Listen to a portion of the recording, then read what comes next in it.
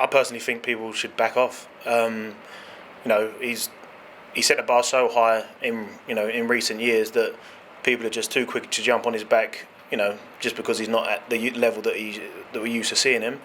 And in terms of look, we all know he's better going forward than defending, but there's nothing wrong with that.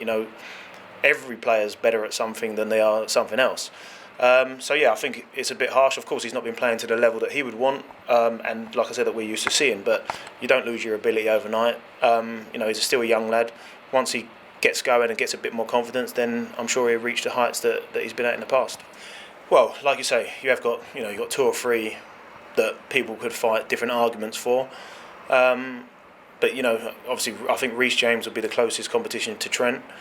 But you've got two different players. I think Gareth's probably rubbing his hands together because, if you're playing against a team that are going to sit back and, maybe put 10 men behind the ball, then you might play Trent, because obviously his delivery and his free kick ability and stuff like that. And maybe when you're going to be up against it, you might play Reece James. So I think the players don't want that, of course. They want to play every game. But I think as the England manager, he's probably loving it.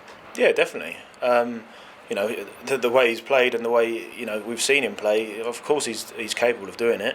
Don't get me wrong, international football is different to the Premier League. You do have to play slightly different, because at international level you might be playing against a team that, all right, they might not be one of the big nations, but they will have some good players that are capable of hurting you if you're not right on your game. So I think, of course, he'll play for England for an awful long time, but the international football is slightly different to the Premier League. Yeah, exactly. Like you say, he is still world class.